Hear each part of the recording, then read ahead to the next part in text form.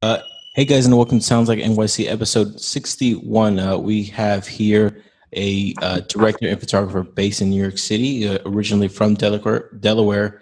He spent 5 years creating images across various formats and platforms. Please welcome Micheal Henaghan. Hey, what's up, guys? Thanks for having me. Well, did I get that name right? Yeah, actually, surprisingly. Normally, I always have to ask because I always feel like I fuck up. Yeah. You'd be surprised with, I don't know, back when telemarketers used to be a thing, the different pronunciations that we would get when I was a kid and answering the phone. It was like, you're not even in the right ballpark. I'm not gonna get my parents. So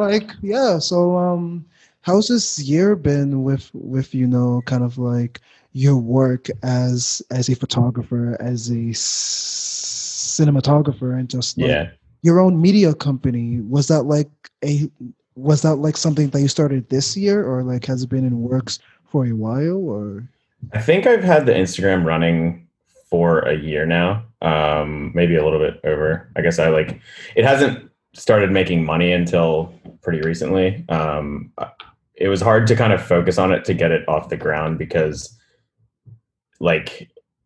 the other jobs that I was getting paid more, so I had to focus on them because I was like, I'm not going to turn down money that I have coming my way and projects that I want to work on. And then now that when COVID happened, I really revamped my website. I started posting more on the Instagram and got that going. And I've actually gotten in the last 2 weeks, I've had 2 pretty big gigs where I've had to hire out other editors and stuff. So I'm pretty stoked for what's going on right now, and I'm hoping to keep that momentum going. So how does something like that get started? I mean, it can't be easy to, just out of a whim start your own media company. It's not easy. I mean, I guess I have a lot of the skills being, I shoot and edit and then can also direct. Definitely lacking in the producing department. I'm not a very organized person, but it was just kind of something that I had to do in order to get this going. So the first couple shoots, I was just in the dark on, making call sheets and all that, trying to plan out how long each shot was going to take and everything. But once it got going, I mean, there's definitely a lot of cold emailing people. I think the first couple months of COVID, I spent 3 or 4 hours a day just scrolling through Instagram, trying to find brands that I thought I wanted to work with, and then figuring out who at their company I could email, writing them an email, thinking of an idea, and then sending it into the void and not hearing back. So it was just like us, basically, because that's how we found you, I believe. Okay. Go on Instagram and stuff, and we're just searching for hours, just people that we can interview and stuff like that. So I mean, the grind is real. Yeah, I think that's literally what it is. You just kind of have to grind it out. And then I had one project right when I started last year, and that woman has actually hit me up a couple times. So it's been a repeat client. So I guess that means I did a good job the first time around. Nice. And then now it's starting to take off. I shot 3 live performance music videos last week. I'm hoping to get a commercial. Well, I'm talking to a CBD company about making a commercial for them. So things are starting to happen. I feel having an actual website that I'm happy about has really helped that. So are those music videos? What's the name of the artist, if you don't mind shouting them out? Yeah, so they're I guess a classical folk band. They're based in Vermont. Yeah, it was actually the music was really good, man. I had never listened to that genre and was super impressed by these musicians. The band is called Ruckus. I think it's just Ruckus. But they were so talented. The vocalist was I think he's a trained opera singer, but then when you do folk, you can you don't have to hit the notes perfectly. I don't know. He was trying to explain it to me. I didn't understand, but I was blown away by them. It was cool. Awesome. Yeah. Yeah. So let's talk about how you started your career. Did you start off your career in New York City, or was it back at home in Delaware, or how did you find your bearings in New York City? Yeah, so I actually, my first the first year out of college, I was a waiter because I was so afraid of not paying student loans off. So still working on them though. Yeah, I was absolutely terrified of missing payments or whatever. So I just went out and got the first job I could. I actually took a really big pay cut to go get my first media job. and that was at NFL Films. I was like lower on the totem pole than an intern. I was just like, nobody wanted to talk to us. I was a seasonal employee there. But I got paid to essentially watch football. They wanted to go back. Dude, no, it was awesome. Like I like football. It's not my number one sport, but I could get down with it. So we were like, there was a team of like 10 or 15 of us, and we would go, it was like the 1992 and 93 season or something. And we had to just clip out each individual play from every single game, because they were trying to like backlog all the games that they had on tape and like just put them into their system. So they have this crazy search database where you can like type in two teams that played each other and find literally all the plays. And then you can be like passing play, like amazing catch or something. And it's like, you can find whatever play you want. Yeah, it's wild. So that was like my first job. But then having that on my resume, anything else that I applied for, everybody was always just like, oh, tell me about your experience at NFL Films. So that really launched it. And then my first job in New York was at a soccer media company it started as Kick TV, changed their name to Kick, and then changed it to Copa 90. The US branch is no longer with us, but they're still alive and kicking in London. And that was like an incredible 3 years of my life. I essentially got paid to travel the world and make documentaries about soccer teams. It was pretty freaking cool. Must have been amazing. Yeah, I went to like 10 different countries. I really can't say enough about that job. Like, it was so much fun. It was stressful while I was there, and like obviously you're just grinding. I was still very new and wasn't quite getting paid what I wanted, but the experience that I got from that was like, it's still with me today. It helps me in every job that I have. So I really owe my career to that company, I think. What jobs do you usually look for? It kind of changes actually. So I would say like my bread and butter right now is documentary work. I shoot a lot of like doc style shows, whether it's like a reality TV show or like, I actually kept working with Copa 90 after I left. Just because like the producers there liked me. And so once I went freelance, they were like willing to hire me back. So I worked with them a lot.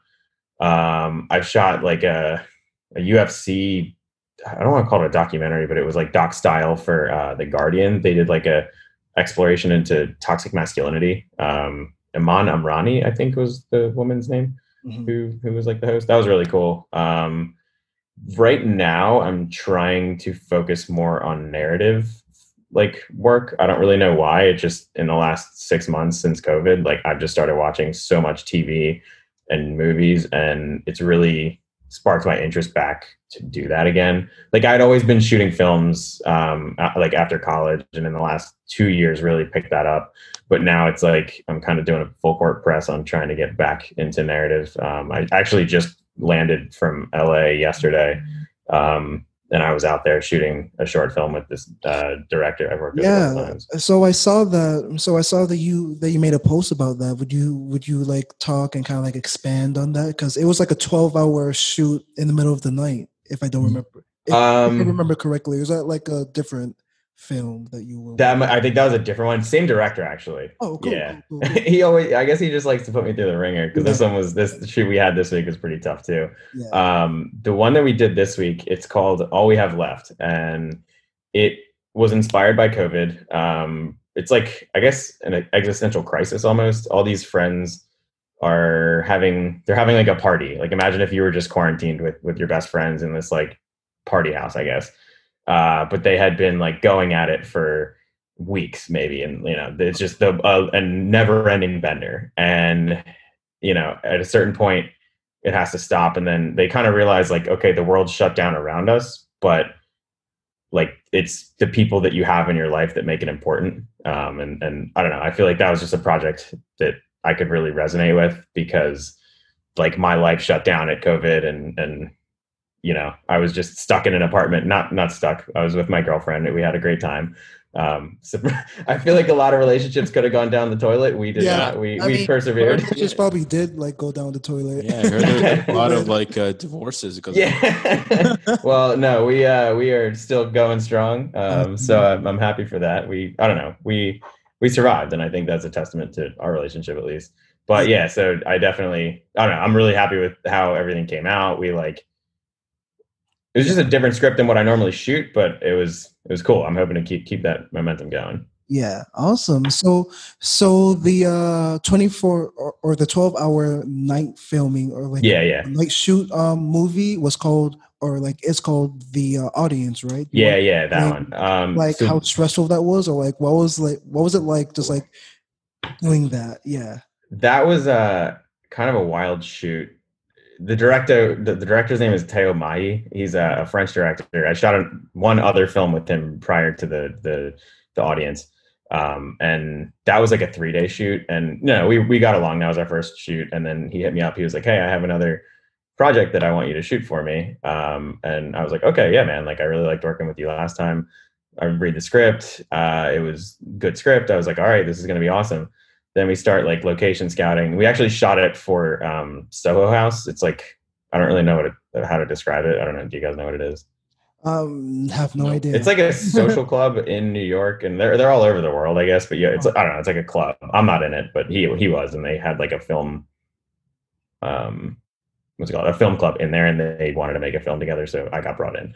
Um, but yeah, so we had to shoot it at the Soho House in New York, and like there was a lot of restrictions and red tape around when we could film because they didn't want to disrupt the members who were like using it, and they didn't want us to get in the way or anything. So they gave us like this one room, and then we kind of had to move around like based on timing and everything. But I think we started shooting at like 6 p.m. So, and I actually had a shoot earlier that day that was like a job that I couldn't not do.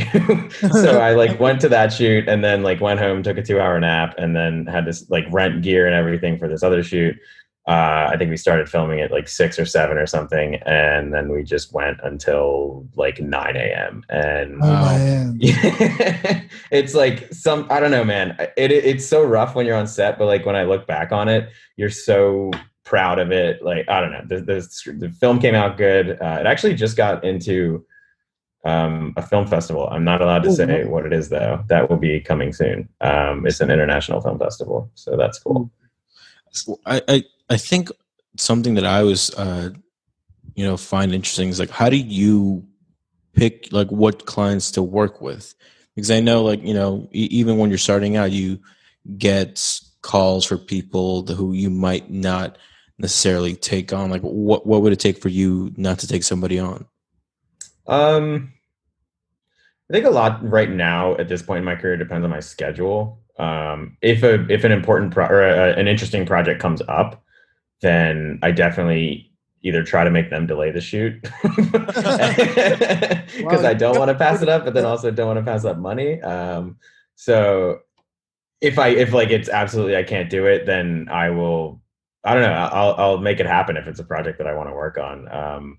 I think I definitely am trying to make it a conscious effort into working on projects that I feel more, rather than just like taking anything on because it's a project. I think at the start of things, I would work on like a lot of free films or whatever, and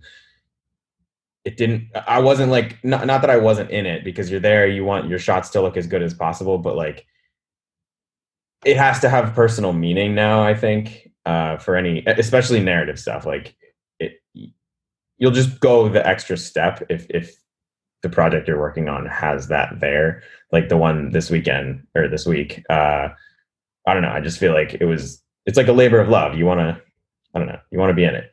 Yeah. So like, yeah. So like at this point, are you doing more kind of like video stuff compared to like photography? Like, have you completely kind of like saved like or like abandoned, doing like photo taking stuff and things like that? Or Yeah. At the beginning of the quarantine, I was trying to post like a photo a day. And then at a certain point, I was just like, this is too much, yeah, because it's just depressing, man. Like you walk around New York and you just look at it and like, yeah, they're cool photos, and like this will be a time in our lives that will be looked at in like for the rest of the world as long as humanity exists. Like no one's ever going to forget this. They're still talking about the Spanish flu. They're going to talk about COVID. yeah, Um, but yeah, I think I kind of had the realization like, where's this gonna get me? Like I like taking photos, but it's more taking photos is for me. And then like I'll post them if I want to, or like I just have a bunch of photos on my computer that, you know, I took them, or I'll send them to friends if like they're in it or something. But then I kind of had to decide to make my Instagram more like professional. Not that it wasn't, because it had like a lot of professionally taken photos, but trying to push my agenda forward as like a cinematographer and, you know, get recognized. Instagram, I feel like, can be a tool to connect people and like trying to find directors on there or anything like that. Just people who want to collaborate, whether it's like a musician or anything. I feel like I had to start showing my work off more rather than like, here's a cool photo. So I kind of made that conscious decision. Do you feel like it's harder to tell a story with a photo versus like a video? Yeah, it's really freaking hard. Like, I've never actually been paid to take photos. I only do that like because I have a camera in my hands, and you go on a hike with friends. It's a lot easier to edit 10 photos than it is to make like a 3-minute video. So it was like a way for me to, you know, still be creative, but not have to take up so much of my personal time to like edit a film. Wait, what was your question? I'm sorry. Like, is it harder to sort of tell a story with a photo versus video? Yeah. So because it like, I started looking at all these photos and I'm like, they're not as good as like other people's. And then I realized like I'm so used to telling a story in video, because you can pan, or like, you know, you can cut from one shot to another. But to do a photo, like you have one frame, and it's so hard to capture that one moment. And the guys who do it, like any professional photographer is, I don't know, I think they're even more talented. I've talked to people who are photographers trying to become like cinematographers. And to me, because they have that like composition, it should be such an easy switch for them. But they talk about, I guess it's like the technical side that they can't get over. I don't know. I just feel like photographers are so talented. Yeah. So like what you're talking about, I don't know if you've been to the MoMA in the past couple of months, but they have this one picture, and it's basically set up. I don't know. I forgot the artist's name, but I was so kind of like inspired by that photo. So it's a photo taken in a very cinematic style, and the whole point of it is that it's a picture that tells like a complete story. So you have to look on the photo and just look at like all the different elements that you see within it, and it tells more or less like a complete story. I don't I completely kind of like forgot the name of the artist that did it, but like you have to see it to truly understand how like profound it is. Yeah, I like there's so much that goes into creating one frame, whether it's like, you know, you have your horizon and then like leading lines going into the middle, and then that's where the focus is. Like, to be able to tell a story in one frame is just, I don't know. I don't have that talent yet. One day. With your photos that you took during like the height of like quarantine and stuff like that, were you just trying to capture space as it was naturally, or were you kind of like, you know, trying like did you have like a certain motive in mind? I think I don't really like directing people. So when I would like, me and my girlfriend would go on a walk at least twice a day, because it was like, we're stuck in a 700 square foot apartment. We have to do something. And I would just bring my camera because, I don't know, I didn't have any work. I wanted some sort of creative outlet. And I just tried to capture the mood of the city, because I think it was like, I don't know, man, a lot has happened in the last 6 months, whether it was like the George Floyd protests or like Breonna Taylor, everything like that, COVID. I just feel like there's so much history happening right now, and I just wanted to have like high quality photos of it. Who knows? Like, maybe my kids one day, I'll just be like, "Hey, Dad, what was it like in COVID?" And I'll be like, "Well, here's 1,000 photos I took." Here's my Instagram. Yeah, here's my Instagram. Fun. We'll see. I don't know if Mark Zuckerberg is going to make it that long. Yeah, I mean, just like you know, photo taking and kind of like cinematography are just so, I don't know, because I'm very like interested in them as well, and it's just like very It's crazy how like, you could like create history with a single photo and with a single video, and whatnot. Because we see, throughout time and time again, whether it be like Time magazine or like just like photos like on, social media and whatnot, just like people capturing these like profound moments. Is that something that you kind of like interested in doing? Like does a part of you kind of like see yourself as like a recording history? There's like a specific Yeah, I word. definitely think there's an element. No, there's definitely an element to that. Like, I don't know, like how cool would it be if, a photo that I took became like the iconic COVID photo or like an iconic photo of one of the protests in New York? Like that would be awesome. Yeah. I think for like when I was filming the protests, it was more like I wanted to do something to help people. Like I think, I don't know, I'm a white male, like I've had it pretty easy in my life. I just wanted to help however I could. So I just gave all the footage. One of my friends works at like a news magazine, and I was like, I know you won't do anything bad with this footage. Like if you need it, use it. And I think he used it in like two of the pieces that he made. So like nothing iconic coming there, but like that would be really cool. I think it's more just also so I can remember it. Like, oh, remember that time that like New York City destroyed itself, or like I don't know. I just think you're never going to see the city. Like I have a photo of the what's it called, the Freedom Tower. There's literally no one in the photo, and you can see like the whole thing. Like that will never happen again. Yeah. And even now, like we're still. I don't even know if we're supposed to be quarantining. I have no idea. But like Not anymore, to be honest. everyone's giving up. Mess of a situation right now, isn't it? Yeah. It's more about mental health at this point because we've just gone through 6 months of hell. Like I don't even know how many months. When did it start? March, and we're March. in, yeah. I guess it is literally 6 months. Wow. Oh my god. It's insane, isn't it? Yeah. Yeah. What were your plans originally for 2020, and like, do you think you would have the same opportunities next year? Oh man, 2020 was supposed to be a big year. I had the best January and the best February, or I guess those are the two best months ever in my career. Like, those are the two only months. Yeah, the only 2 months. But like, I made more money in both of those months, like individually, than I did in any month in the last year. And then like I even took, I guess, like 3 weeks off and still crushed it. Like I was so freaking busy, and then and it was like awesome. I'm like, wow, things are happening. I took 2 weeks to go out west to film a snowboard film. Like that was just like a passion project. I don't know. That's another part of my career that I want to do more of. So like the last 2 years, I've gone out with this group of guys that live in Colorado. This year we drove from Denver to Mount Baker in Washington, and like chilled out there for 2 weeks. Yeah, it was cool, man.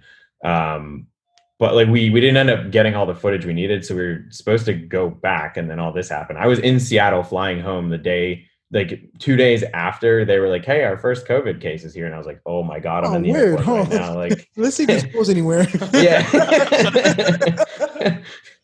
No, but it's crazy. Just like, just like life before. Like it seems like almost 2 different years or 2 different timelines. Oh my god, yeah. Like imagine not having to wear a mask anymore. Like what was that like? Who knows? Yeah. I was like, another thing that got derailed, that the director I've been working with a lot, he's trying to get funding for a feature film. And our goal was to shoot in November, I think. Yeah, November. And then that's been pushed back till we don't know when. I was just happy to get on set with him last week. Like that was awesome to be back on set and be doing that kind of stuff. I think he's pushing for like February or March. So it's more a funding thing right now because we'll just like quarantine everybody and then go do it. Now, I don't know. I feel like things are calming down in terms of COVID. So maybe the world will come back. Yeah. Are there like any like what is your passion project? What is the idea that you have for the defining video or like film of your life? Like have you been like thinking about that like lately or like ever? Like what is the film you want to see come into existence? That's an awesome question. Yeah, difficult question, definitely, but it is honestly, I don't think I know yet. Like I want to get into features. Like that was my goal for 2020, shoot my first feature. I think what is a film? Like, I'm trying to give you an example of a film that I would want to shoot. Like, what is just an absolutely beautiful film? Now I'm drawing a blank because I'm under pressure. It's not fair. I don't know, dude. Like, I love Martin Scorsese. Like, Goodfellas is probably in my top three. Quentin Tarantino, anything. Like, it would be a dream to work on something like that. I do actually like indie films a little bit more, I think. I'm kind of angry at Hollywood because they're like, I don't know, I feel like everything is a superhero movie and I'm not really Oh into yeah, them. yeah, it's run its course, hasn't Yeah, like you have how many Avengers movies we don't need anymore? I've seen it all. Like I know that there's comic books, that doesn't mean it needs to get produced. Yeah, yeah. I What'd mean, you say? no, we just said like Disney needs to make their money.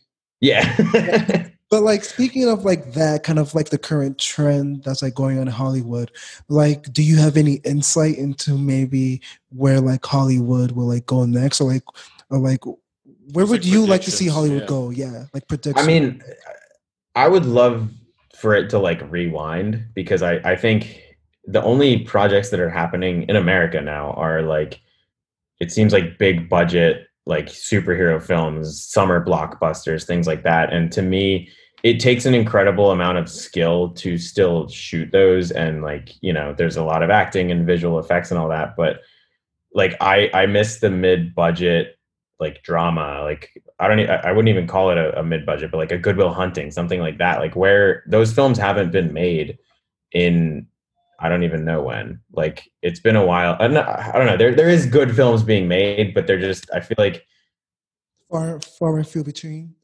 yeah, like not as much as they used to be. Like the ones that win the Oscar, it's like, okay, great, that's a good film. But I don't know. I feel like we gotta we Yeah. gotta start competing with the rest of the world. Like, I think international cinema is doing work for us right now, and we gotta stop that. We gotta catch up. Yeah. I mean, are there like any films that oh, interesting question that I just thought of. What is your most favorite film that has been based in New York City? Hmm. Dude, it sucks. I'm supposed to watch this other film tonight. Like when we get off the call, Yeah. it's like a reference film for another one I'm shooting later this month. It's called Good Time. I haven't seen it yet, but the guy, I don't know if it's even good, Yeah. but the director referenced it. I'll get back to you on that. Film shot in New York.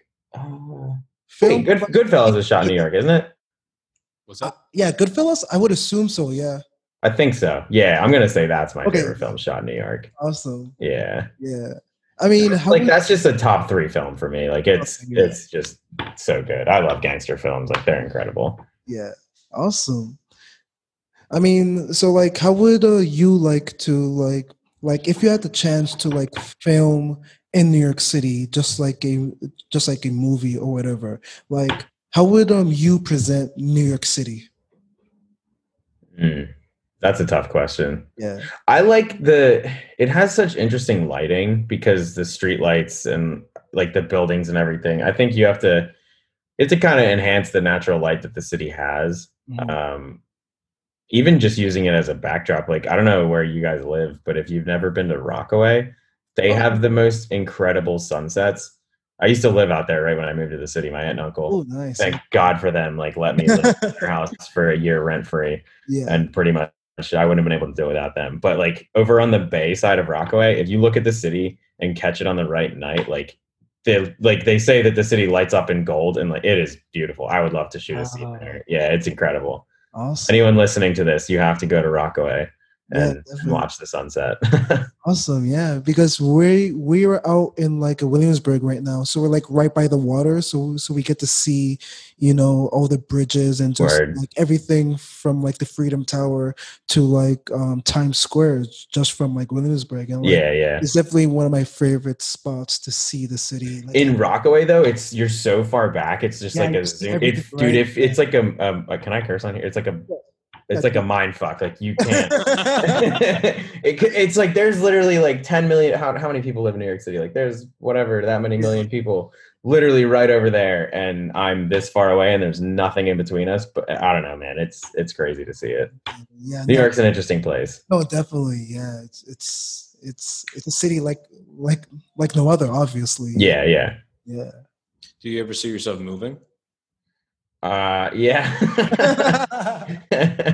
I'm like, I watched Entourage at one point during COVID, and I've always had this idea of like LA. Like, I love LA. I've been there a bunch of times and like always liked it for work. And then watched Entourage, and I was like, oh my God, like these guys are having so much fun. And I don't know, it just looks like the life to live. And then I went out there for this film last week, and I texted my girlfriend, and I was just like, I love it here. And it's one of the first times I've like spent not in a hotel or something, because every other time I would go out, I'd stay in a hotel and like we'd be shooting nonstop. But I actually had like 4 days we did a lot of pre-production for the project, but I kind of got to see what like LA life was like, and I really liked it. I don't know if it makes sense because I did just buy a house in Vermont, or me and my girlfriend bought a house in Vermont. So like that kind of locks us down. But yeah, I don't know. I would love to live in LA at least for a year, just to like know what it's like, tick that box. Like it's a different lifestyle. I've always lived, I mean, between Delaware and New York, like the same, what is it, like 300 miles of I-95. I've always lived there. I just feel like there's a huge world that I need to go experience, and haven't quite. I mean, I've traveled to a lot of places, but haven't lived there. And I feel like that's the way you really absorb culture. Yeah. So what's keeping you on the East Coast? House. Yeah. Well, besides the house. No, I mean, I think we may, if COVID didn't happen, maybe we would have moved. I don't know. I think I definitely like it is a daunting task to just like pick up and move. I wanted to do it before I had moved to New York. It was like I was applying for jobs in both cities, and just ended up getting a job in New York. So I moved there first. Oh, okay. Yeah, no, like, and I love it. I love New York. Like it's launched my career. I have a lot of friends that live here. I have a lot of family that live here. My parents are actually from here. Oh, cool. Yeah. They grew up in Brooklyn back when it was, I think, a lot more dangerous. Yeah, I don't know. Like, I love New York. I met my girlfriend here. Like, that's an awesome thing to have. Like, this will always be home, but I feel like maybe I got to go out and I don't know, see other places for a minute and then come back. It'll always be here. I mean, as long as you feel New York has made you a better person, that's all we want to hear. Yeah. Oh my God. So David wants to hear. Yeah. Yeah. I don't know. I at this point it's just a meme of myself, but I don't like any other city. I just don't. Really? Yeah. I've been to LA like a couple times to visit some family because they moved out there a couple years ago. Mm-hmm. And I've taken road trips from here to Mexico, but nothing feels the same.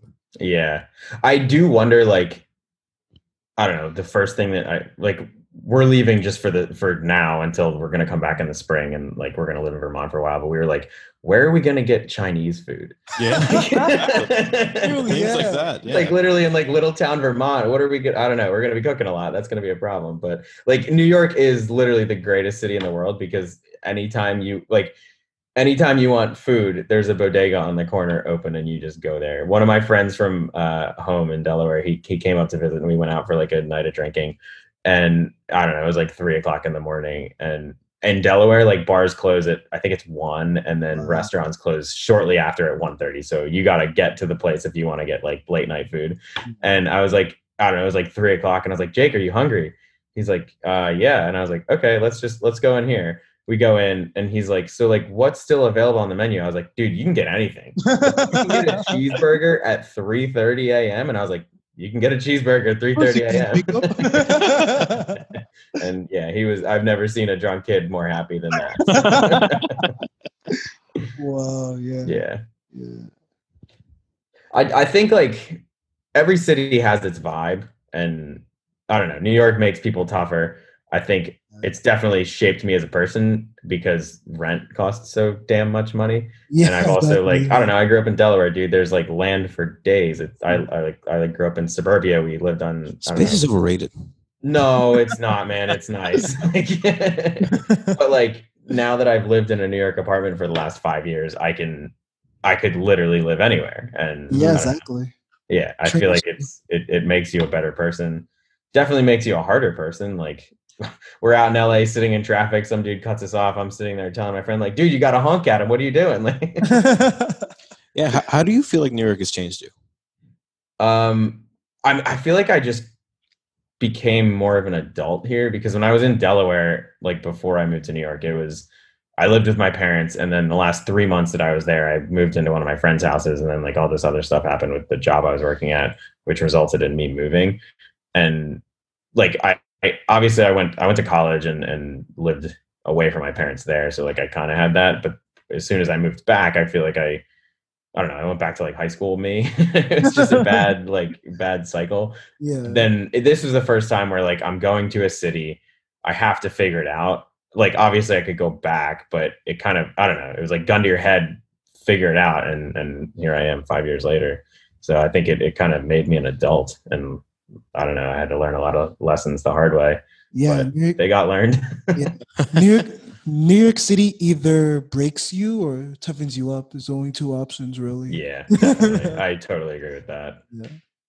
I don't know if you can deal with like a homeless person yelling at you when you've had like the hardest day of your life. Yeah. Yeah, basically. Yeah. Shit on the I had one dude like cursing me out because I had red hair, and I'm like, "What did I do to you?" You had red hair at one point? Wait, no, I have red hair now. It's just wet. Like I just took a shower. Because I was like, you can't wear red in some neighborhoods. That could be why. I mean, yeah. Nah, dude, I can't change this. Like, yeah. Oh man, it's so funny. Yeah, I'm like, I don't know. I had a rough day at work, and he's sitting here yelling at me. I'm like, I have no time for you right now, man. But yeah, that's weird. Yeah. Learn to ignore people. Yeah. That's another thing. I've learned how to like. You got the noise canceling headphones on, and someone's getting up in your face. Like, nope, just you walk don't even away. exist right now. Walk away. Yeah. Yeah. All right. So, is there like anything that you want to like end on? Any like last words, remarks, inspirational quotes?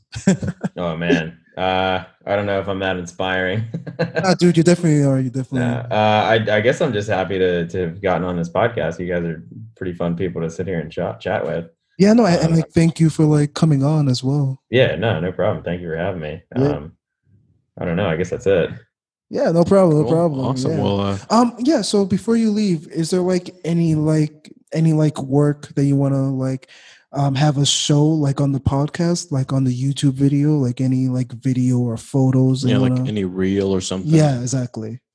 Yeah, I have my narrative. No, don't show that yet. I haven't updated it. I feel like I have like the last time I did my like doc reel was in like 2017. So it's like decent, but my narrative reel there's a couple projects that I've shot since then that I even was looking at my computer today, like, oh, I should be editing that right now. Yeah. Especially with the footage from this weekend, or this week, I don't even know what day it is. Recent projects. Or like any like projects that you want to shout out, like anything that you've like worked on that you want to like plug in or like shout out or like I mean, I want to plug the movie that we just finished shooting. That's called All We Have Left. All We Have Left. Yeah, it probably won't be coming out for a minute. The other one, The Audience. That's my most recent film. That's the one that just got into unnamed film festival. Hopefully, it'll be available online. I don't really know what the situation is there. Yeah. But it has a couple. I would call her a big name. The lead actress in it. She was in, I think it was Heroes. Oh, cool. Is that a show? Yeah. Yeah. No, I was really happy with how that one came out. They did a lot of work on the script and the edit, but it made it like a lot better. So yeah, The Audience. You guys should check that out at a film festival that you can't know the name of. Follow maybe if they follow me on Instagram, because I'm going to make an announcement when that happens. So sure, is that cool? Instagram. Yeah. Awesome. M Henaghan. That's my tag. Yeah. Cool. Awesome. Thank you, Michael. So much. Yeah. Yeah. Awesome. Thanks, guys. Yeah, definitely.